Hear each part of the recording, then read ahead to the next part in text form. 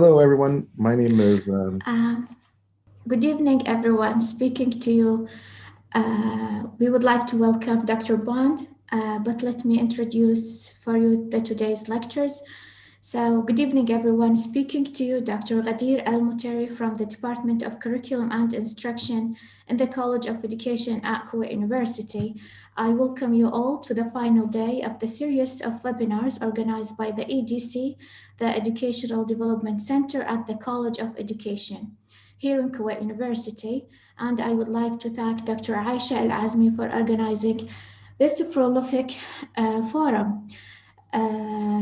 Which is titled the COVID-19 and how it's changing the nature of education. This goes under the supervision of our Dean, Dr. Fawzia Hadi. Let me introduce for you Dr. Bond, which will speak about digital learning innovations. Dr. Bond expertise come from the field of instructional design and technology. His areas of research include professional development, learning communities, communities of practice, constructivist, social constructivist learning environments, and meaningful course design. Dr. Bond is a senior director and provide leadership for TLOS, which stands for Technology Enhanced Learning and Online Strategies at Virginia Tech University. TLOS work focus on reaffirming the role of departments and colleges in supervising and evaluating teaching in all modalities. Their services offering are intended to support faculty and administrations in their efforts to create and deliver quality online courses. Dr. Bond today will tell us more about TLOS work at VT, Virginia Tech, and shed the light on the creation and delivery of fully compliant and effective engaging online and hybrid blending environment, the difference between remote learning and emergency teaching, and TLOS response to COVID-19. So we would like to thank Dr. Bond for accepting our invitation. And today's title will be The Future is Intentional Systematic Planning for Flexible Learning. So we would like to welcome you, Dr. Bond, and thank you for accepting our invitation. Great. Thank you very much for having me. I'm very excited to be here. I work, as mentioned, in technology enhanced learning and online strategies at Virginia Tech. About a year and a few months ago, on March 18th of 2020, we rapidly shifted from a regular school year where everyone was, or not everyone, but most of our students were attending in person. Most of our instruction, at least undergraduate instruction, was in the classroom. A good number of our online master's degrees programs are not included in what I'm saying. We have 18 master's degree programs that can be taken online. But in our undergraduate programs, most of that instruction happened in face-to-face environments. Probably like many of you, we were taken by surprise with the immediate need to shift our instruction to an online environment. We had to do that shift to what we called emergency remote teaching. My colleague, Barbara Lockey, a colleague of ours from the University of Georgia, the University of Virginia, Stephanie, Chuck Hodges, we wrote an article for EDUCAUSE that has become one of the most cited articles in the past year and a half in the field of educational technology about the difference between emergency remote teaching and an actually planned experience for online or flexible learning. We, in our article, discussed how important it is to make the distinction that what we did a year and some months ago to shift all of that instruction online was an emergency response. It was not a systematic look at how to build instructional strategies or how to do pedagogical interventions with our students And it wasn't really a good way to teach online. And in fact, many of the instructors at Virginia Tech, not only did they struggle to get their content online, but they struggled to interact with their students, to engage their students in any sort of meaningful way during the remainder of spring 2020 semester. When we got to fall, TELOS, Technology Enhanced Learning and Online Strategies, where I work, we spent all summer working with faculty, getting them prepared to teach online. While we did not have a completely online fall semester, the majority of the courses that we taught spring of 2021 and fall of 2020 were online or in some sort of hybrid format. And that's why what I'm talking about today is systematic planning for flexible opportunities for learning. And that could be completely online. We have these terms like hybrid and blended and mixed modal. We have a lot of different terms that people throw around that mean different things to different people. They're all different ways of describing how you might have a flexible learning a platform or a strategy to keep quality instruction going. And the key to this whole thing is not treating it like an emergency situation. We did that. We had to do our emergency triage on our courses a year and a half ago.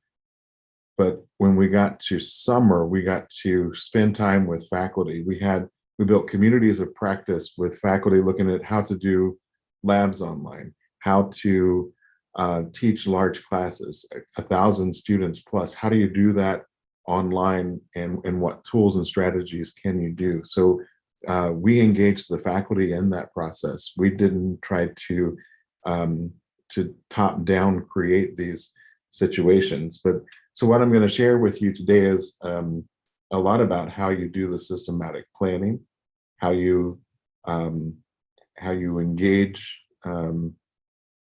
your content and your students and learn about both of those in ways that help you build a meaningful experience in whatever modality that you want to teach your students in. So I've talked a little bit about emergency remote teaching, and if I were with you, or you could actually contact me, maybe you can put this in the comments in the YouTube, but if you had to think about one word or phrase about your experience with emergency remote teaching, what would that be? And if you don't want to write it, I just want you to think about it.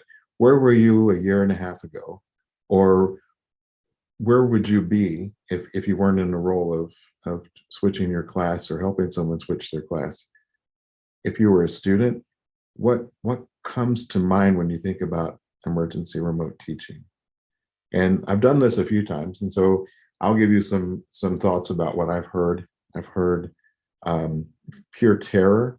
I've heard messy disorganization. I've heard disengagement. I've heard fear. I've heard from faculty. I have heard that they were overwhelmed because they had to do this all at one time while trying to still engage their students. They had to try to build the course while it was being taught. In some ways, that's like trying to build a plane while you're flying it. Like if you are building the plane and the plane is in mid-flight, it's not going to go well. Other things that I've heard about emergency remote teaching that it made the students more flexible, made the faculty more flexible, made us as teachers more engaged with our content, more thoughtful about what we actually include in what we teach. So there's been good and bad responses to remote teaching, but we have to remember doing something during an emergency time is not the same as thinking through and planning ahead of time. So as I'm going to encourage you today, as you think about your courses, or if you're in a support role working with faculty, to think about how we can plan for an uncertain future. What if we have another outbreak? What if there's an earthquake? What if there's a natural disaster that's not related to a virus? How can we plan for that uncertain future so that we do keep continuity, that we can still have courses continue on even if something like an emergency happens? Well, we can do that. We can, through intentional systematic design, using and learning from the principles of human learning, we can plan for the unknown, and we can actually make meaningful pedagogical interactions and interventions for our students to prepare them to be learners and to prepare us to be good teachers. I just heard right before we started this conversation that many of the folks in the room are instructional designers, and I'm sure you've seen this model, and it's actually, there's an argument in the instructional design and technology world about whether this is a model or it's a process. Well, when you think about intentional design, many of us think immediately to the ADDIE model, which some refer to as the ADDIE process. And we'll talk a little bit about each of these phases. But if you are taking time to think through your design in an intentional way, the ADDIE process or model, whichever way you want to call it, is a really good way to help you with your planning. And we'll talk a little bit about that. The ADDIE model or process is not used only in instructional design. The ADDIE process is used across many industries: engineering, software design, construction. There's lots of different interdisciplinary use of this process. So it's something that makes sense in a variety of contexts. So here are some examples of activities in each phase of the ADDIE process based on designing your course. So the analysis phase is really thinking about and pre-planning your course. It's when you do your needs analysis. You look at what it is you need to teach. You look at what the major instructional goals are. You learn who your learners are. So at Virginia Tech, we do a lot of analysis on trying to figure out who our learners are, what our learners already know, what cultural context that they come from, what context that they may miss or may not know. We spend a lot of time thinking through our examples to make sure that the examples are easy to follow. I'll give you an example of my own days in teaching. I was teaching an 8th grade world history class. I was talking about the early river valley civilizations around the Nile in Egypt, around the Mesopotamia region, around the Yellow River region in China, and the importance of agriculture to society moving from a hunter-gatherer society to a society that was built around agriculture. And I had an 8th grader in Virginia in the United States is in the 14-year-old range. So they've been around for about 14 years.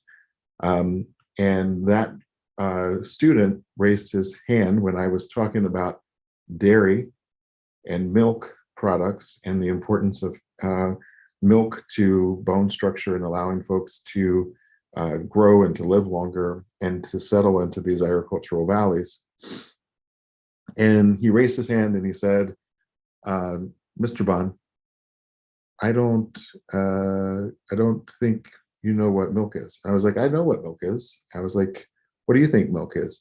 Well, he considered milk very much like a commercial product that was made like Coca-Cola or Pepsi or some other manufactured drink. He did not, he had made assumptions about milk because his cultural context in in an urban area within Virginia had never contextualized or never had an experience that connected for him that milk came from cows, he could go to the grocery store and he could buy milk. So therefore he associated milk with being very much like any other processed or human-made product.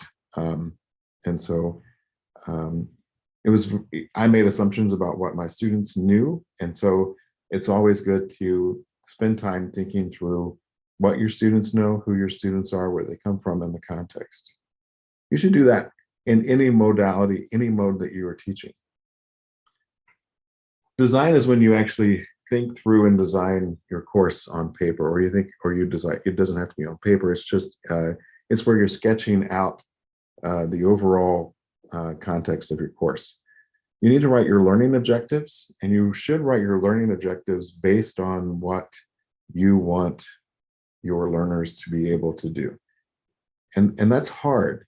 And we spend, oftentimes we spend a little too much time building assessments and building activities that actually don't align with what our objectives are. If our objective is that students should be able to identify 5 learning theories, then they should be able to, on a test, identify or pick out those 5 learning theories. If we want our learners to describe the differences or compare the differences between the learning theories, that's a whole different activity. It's a whole different assessment to determine whether they're able to do that, right? They would have to maybe write out the differences or do a Venn diagram to show the differences. And so when you are thinking through your learning objectives, you should go ahead and start thinking, well, what activity can I do? What activity can I do to reinforce for students the objective that I want them to accomplish? And then you should also design your assessments to match those. So your assessment should match, all of these things should align. Your objective, your activity, and your assessment should all be in alignment to match. It's also where you'll, in this phase of the process, where you identify learning materials. Sometimes you'll build those learning materials that could be, or you could curate things that folks have already made that make sense for your context. And then the design phase is really when you're making your course outline. Maybe if you think about the core elements of your syllabus, the calendar being one of those things that help you organize your course into an outline. What are the major topics that you want to cover? How long do you want to spend on each context? Each topic. Development is where you create your course components and assemble them in a learning management system, whether it's Scholar or Canvas or Blackboard or D2L. That when you do the development, that's actually when you're putting your content together in the learning management system that you're going to use.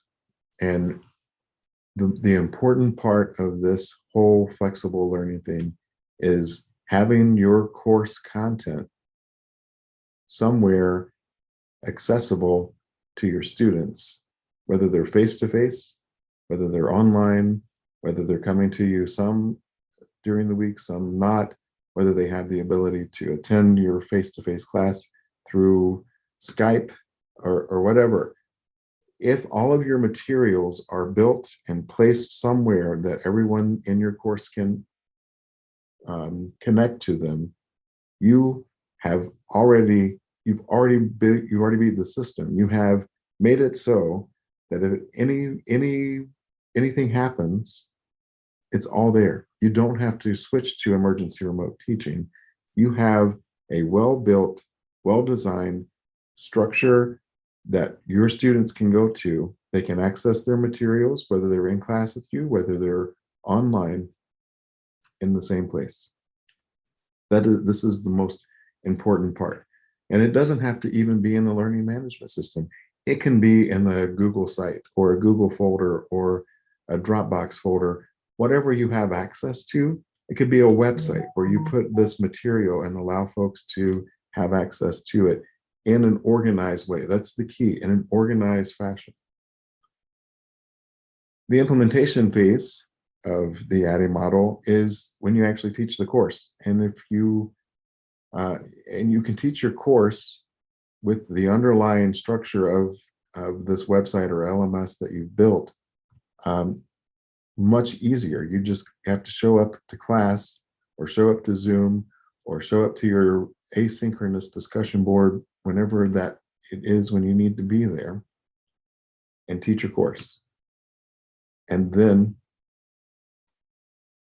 at the end of it, you have to evaluate your students and you have to evaluate your course and yourself, helping students improve based on their assessment, helping you improve the course based on the feedback that you get from your student success. And there's so many different ways to evaluate this. I'm going to jump on to the next slide.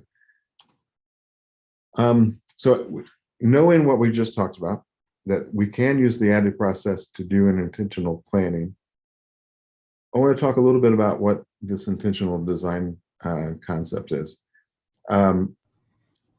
Strategic application of systematic instructional design it should be responsible to your stakeholders in the learning context. In our current situation, we are coming out of a pandemic and we don't know what the future will hold. We don't know whether there will be a resurgence of this virus or another virus this fall and winter. We don't know how much longer that we'll have to endure these kinds of things. But there is this thing called the high flex model. It's by a guy named Beatty and Brian Beatty. And he kind of developed this structure called hybrid flex course design. It's actually been referred to often as the high flex model, abbreviating the hybrid flexible to high flex. And this whole process started in California, because California in the United States endures a lot of earthquakes, endures lots of forest fires, and they often have to shut down schools and colleges and universities often when these natural disasters occur. So many universities and colleges in California have adapted hybrid or high flex course design so that whatever happens, if students start face-to-face in the semester, if something happens that causes them to shut down in-person attendance, the students can still progress through the course as though nothing is happening, because they can still learn from home because the course is already created. It's already there.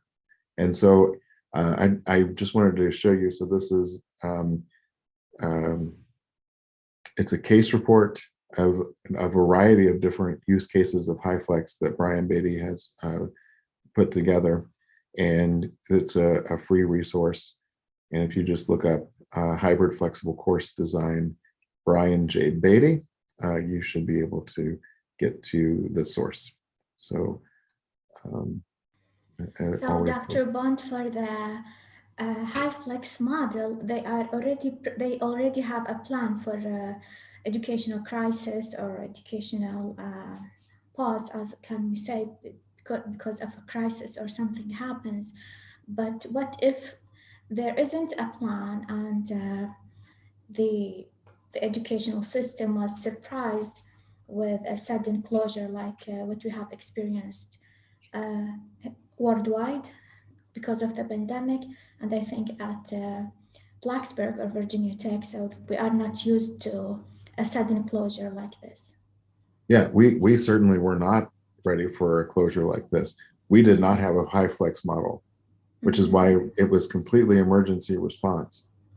Faculty were scrambling to move their courses online. The folks in my unit we're scrambling to help faculty to get their courses online. And I think that's what we've learned, is that we going forward, we have to Yeah. do more systematic planning so we Yes. don't end up in this situation again, right? Mhm. Did that answer your question? Yes, thank you. Awesome. So we've talked a little bit about analysis and what we can learn about students, but I want to dig in here a little bit. And we've talked about prior knowledge, but when we're talking about designing or planning for online development or high flex or hybrid, what all of these different words, whatever you're planning for, you got to consider the physical location, right? You got to know what technologies that your students have access to at their location. You have to, is there broadband? Is there enough internet connection or enough bandwidth on the internet connection for your students for you to build videos and have students look at the videos? Or do you need to do more low tech approaches that account for the technology affordances and the bandwidth affordances for your students? We also have to think about how comfortable that the students are with different approaches and technologies. And Brian Beatty, in his high flex model, suggests that while you have your students face to face, if the emergency hasn't happened yet, you've done your intentional planning, you have your course designed for whatever happens. In the first week, teach your students how to use the different modalities that they may need to use in your course if an emergency happens. So thinking through, if an emergency happens, we're going to switch to Zoom, or we're going to switch to this website. Letting the students know that ahead of time will help with the transition when and if it does happen. We've talked a little bit about learning outcomes and how to make them explicit to students. And this link is to Bloom's taxonomy. It's one of the things that I was alluding to a moment ago. But Bloom's taxonomy, if we were to, it is a taxonomy of different verbs that help you determine how you might structure your outcome or your objective. One of the things that I would like for you to think about, though, when you're designing your course, is to think about what instructional methods and what in supporting media that you might have to teach your course. So the United States Distance Learning Association has created an instructional media selection guide for distance learning that has implications for blended learning as well. And this is the second edition of that. It is available for free, but it's a little outdated, but it does go through some really interesting things for you to consider and to think about when you are choosing the tool that you want to disseminate the information with. Gadir, I think what I will do, I'll send you this presentation for you to share with the audience participants, and then I'll send you a separate file with all of these links connected, if that would be helpful. That would be great. Thank you very much. But I think that these are really good resources to help you think through which media that would, or the technologies that would help you based on the interaction that you want to provide. Another free tool is Teaching with Digital Tools and Apps. This is by Tori Trust. Tori is one of the co-authors on the article that we wrote for EDUCAUSE. And I think you would find this very helpful as well. And all of these are free. And so every resource that I'm providing in this talk is free because I want to make sure you have access to the things, which brings up the importance of the tools and media that you choose. Knowing you should have a really good understanding of your audience and understand what tools they have access to. And if there's any barrier whatsoever, financial barrier, accessibility barrier, it's good to try to mitigate that in your planning process and to choose technologies and instructional support that doesn't cause a barrier for your students. This is a worksheet example that Dr. Lockie and I developed to help think through how you can design activities in your course in such a way that if you design 2 or 3 activities per objective, then you can you'll be prepared if there's an emergency. It doesn't hurt to have a backup plan, right? If my learning outcome is to differentiate between the 3 major learning theories, that's what I want my students to do. If I have them face to face, I can put them in small groups. They can collaborate to create a Venn diagram. So they can do 2 circles overlapping, and in the Venn diagram, they can put how they're separate, how they're the same. Actually, with 3 Venn diagrams, I mean 3 circles, and so they could collaborate and they could do that together. That's a really neat, fun activity that helps our students differentiate, helps them understand the differences and commonalities that between the 3 major learning theories. Dr. Bond, how can we associate this? It's a great worksheet, but how can we associate it with, you mentioned that class size matters when designing. So is there something that we should avoid if we had like larger class sizes? Sure. So Yeah. I think this activity would work well in any class size. What you might do, instead of doing small groups, you just may have students work alone, because our outcome isn't differentiate between the different major learning theories in a group. There's nothing in my outcome that says that it has to be a group. It's just that students need to be able to differentiate. And so one thing you could do in a large class is just have students do this activity alone. Or if it makes sense, breaking a large class up into small chunks is also good. When if you're using Zoom or another video conferencing tool, we could easily have a class of 500 students, and we could place those 500 students into breakout classrooms in Zoom, and they could still work together to do that. Probably easier to do that if everyone is online at the same time than whether we have some attending face-to-face and some separate. Yes, and sometimes technology helps in assessing the students, so right. Doesn't take time, really. Yeah. So thank you. But if you would, I would like for you to take just a couple of minutes, and I know that this is a lie, but I just want you to think about a learning outcome that you have and do some reflection of, if I were going to teach this learning outcome that I have in my head, what activities might I do or have students complete that are asynchronous, synchronous online, or face-to-face?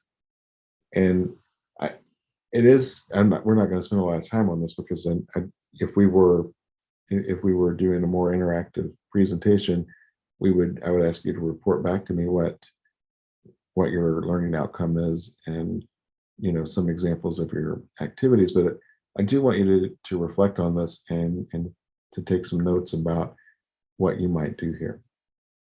One activity that I do in my class when I have students online, and I'm doing a presentation, I give them guided notes. So they have to answer questions as they're listening to the presentation, it allows students to pay attention to what's happening, or it actually forces them to pay attention to what's happening in the classroom, and it helps reinforce the presentation. Right now, you're passively listening to me talk, which there's nothing wrong with that. But if you want to help improve transfer of knowledge, if you want to improve information getting from your short-term memory to your long-term memory, having some reflection time in your presentation, or having students follow along and fill in and answer questions is a great way to solve some of those problems. So we talked about assessment design. Assessment efforts should definitely align with your targeted outcomes. Take advantage of the LMS features to create testing instruments, as I think that was Goodyear that was just talking about, that the technology can actually help grading much more easy for you as professionals. But it also gives some instant feedback to students. What we do know about feedback is that our students need feedback in order to improve. We need to make multiple options for assessment, especially when we move into continuity efforts. If we're doing flexible learning, we need to make all effort to include quick feedback so that students can learn from their mistakes as they prepare for the inevitable summary assessment. Here are some on the list of links that I send out to Goodyear. That well, I was going to say any questions there. Do we have any questions in the chat or in the YouTube channel, Goodyear, that before we go ahead, or do you want to wait to the end? We have a question about the Virginia Tech experience during this pandemic, but we can keep that to the end if you would like, or we can answer it now. Okay, I'll leave that to the end, because Okay. we've talked a little bit about design and assessment and thinking about our students, thinking about our course, but now we need to think about how much that we build, right? And how we structure things in an online environment to help students learn. What I have learned from my own children attending remote learning, teaching in remote learning, and helping faculty move to online learning is organization is key. Too often, I have seen my own kids, I've seen my own students, and I've seen faculty struggle to find the information that they need. The technology should not be a barrier. The course should not be a barrier. The course should give the correct amount of information, should be organized in a logical fashion so that students don't spend time having to fill their cognitive load, fill their capacity in their brain to learn with trying to find information. What we do know in the information processing theory is that we as humans see and hear things all the time. Our brain is constantly trying to figure out what you are seeing and what you are hearing that you should pay attention to, or that you should have in short-term memory. When when something captures the brain's attention, or a pattern causes the brain to be like, oh, I know that, or I recognize that, it comes into the short-term memory. Well, it doesn't stay in short-term memory. It sits there for a short time. And if you don't do anything with that, if you don't rehearse or chunk or pay closer attention to what you have in your short-term memory, it will not go to your long-term memory. And what cues that we use in our short-term memory to get information to our long-term memory is what cues we will need to get it back from long-term memory.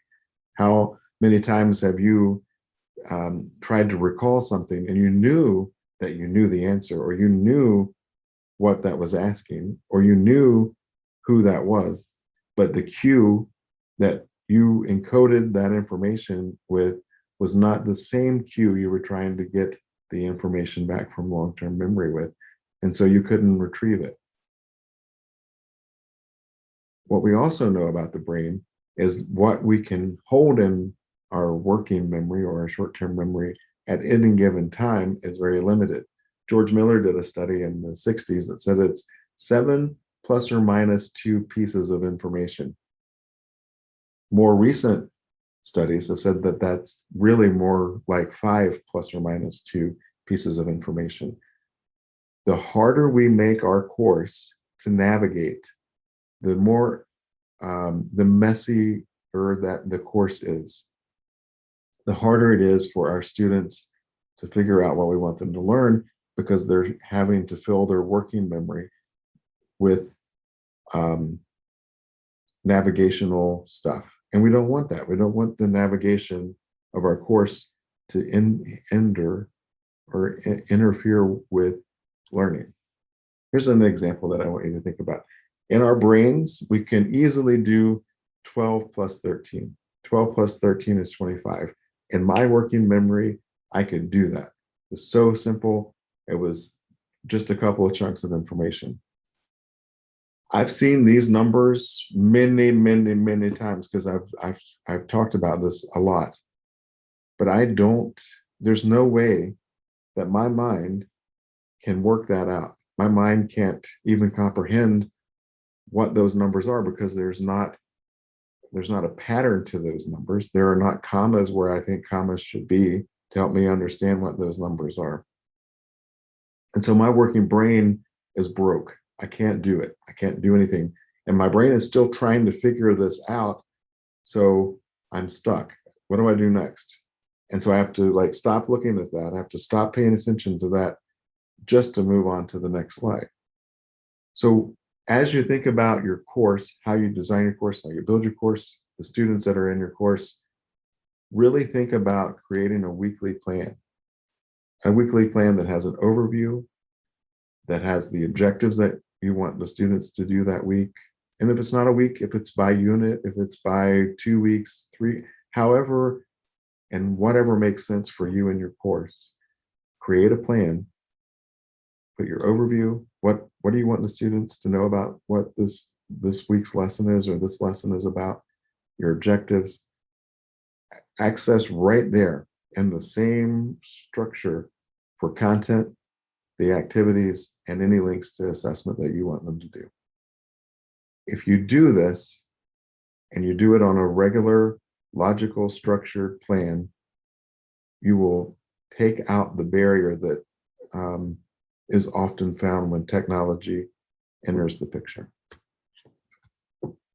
So I do have some closing thoughts because we want to leave time for questions. As you think through your course, standardize on the tools and the structure. What I just showed you is just one example of how you might do it, but do what makes sense in terms of structure for you, and don't and standardize on a tool. What is that tool going to be? Is it a website? Is it the LMS? Is it whatever it is, standardize on it and stick with it. Don't change from one tool or structure in a given semester. Too many channels of information will cause cognitive load. We kind of experienced that. Show empathy, especially if you are in a situation where you've started out the year face-to-face and you've switched to a more flexible learning environment. Do know that students are going to struggle regardless, and be empathetic with their struggles, and teach your students how to thrive in any environment. So as I mentioned before, have those discussions up front in the first week of class. This is what we're starting out for face-to-face. This is what we're going to do, but here's how to continue if something happens. This is our plan. Let the students know what the plan is so that they're not surprised or shocked or that their brains are broken when you move to a different structure. If something happens and you do need to switch tools or you do need to change your structure, provide some orientation. Let students know the context, build some build some knowledge around the tools and structure before you switch. So those are my closing thoughts, and I am ready for your deep, thought-provoking questions. Well, thank you, Dr. Bond, for the great presentation and for the intentional systematic planning for flexible learning. We've learned a lot from you. We have a couple of questions about the ADDIE model that you have started with. Each phase of the ADDIE model, I think we should do an evaluation. So in an emergency situation like we are living, do we have enough time to deeply think and evaluate each of the phases? That's a good question, and I do think that we do want to evaluate each phase, but the reality of the situation has been such that we haven't been able to evaluate the situation as much as we would want to. At Virginia Tech in particular, I can tell you our team, so we did emergency remote situation stuff last spring. We spent all summer building courses and building the structure that we just talked about, building it so that students could go into a class, they knew what was expected, they knew the course structure, and we standardized on a 15-week lesson structure. So we have 15 weeks in a semester, so each week students knew what assignments were due each week, what content they needed to read or learn each week, videos that they would be watching, any classes they would be attending on Zoom. It was all in that structure. So that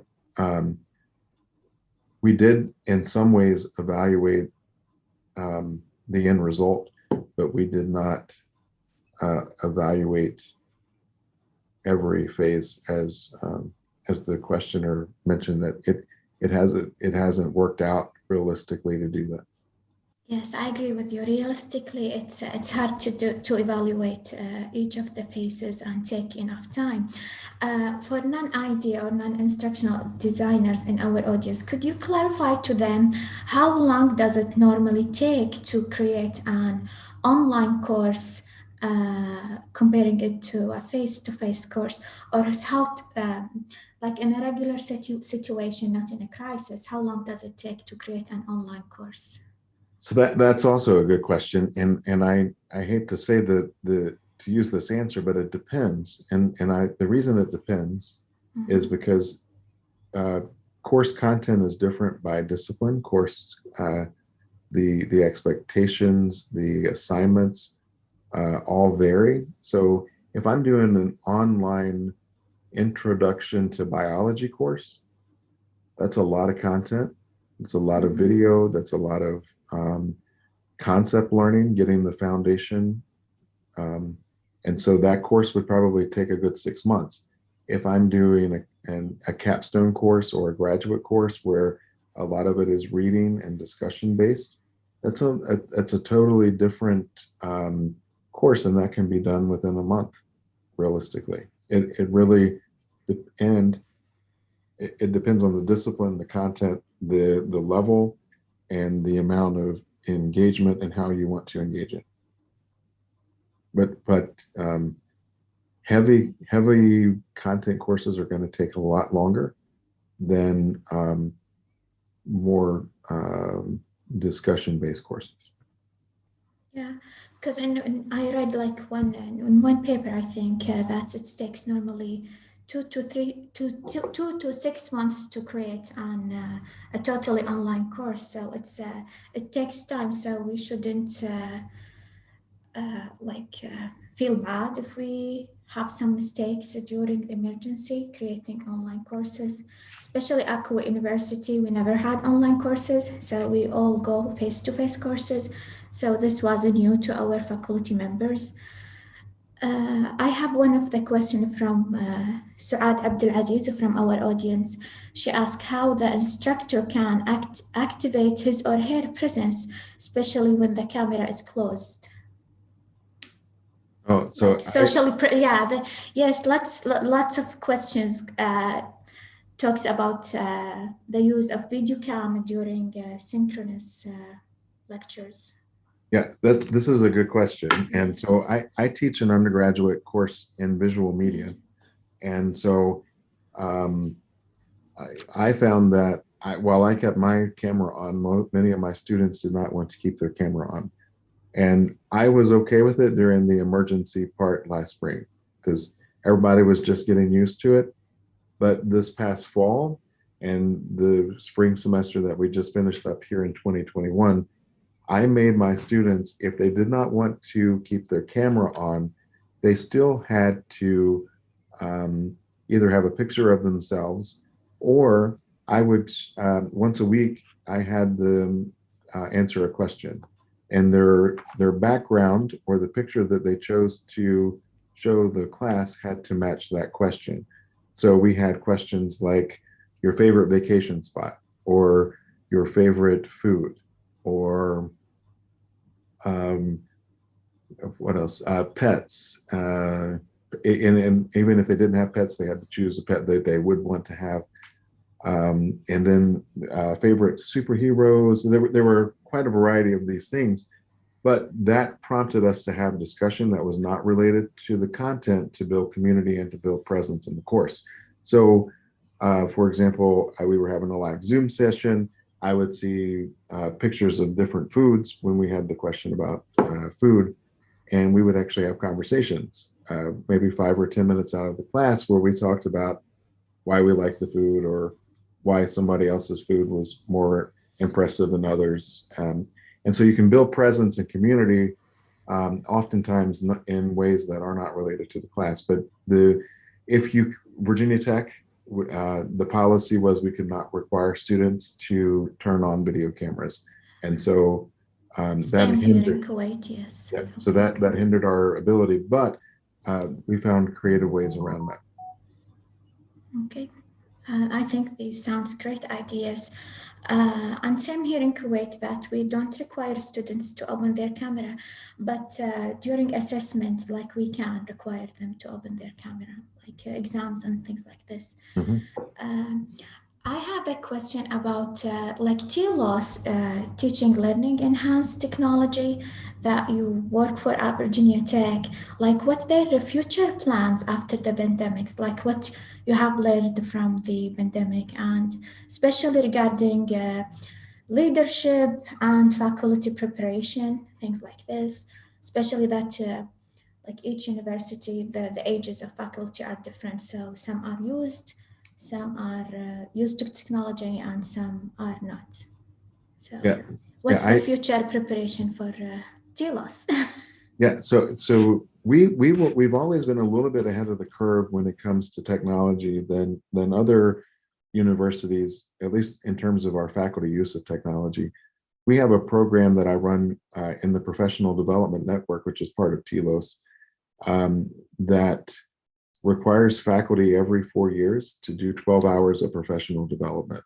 And in order to get, they get a new computer every 4 years. And in order to get that computer, they have to complete 12 hours of professional development.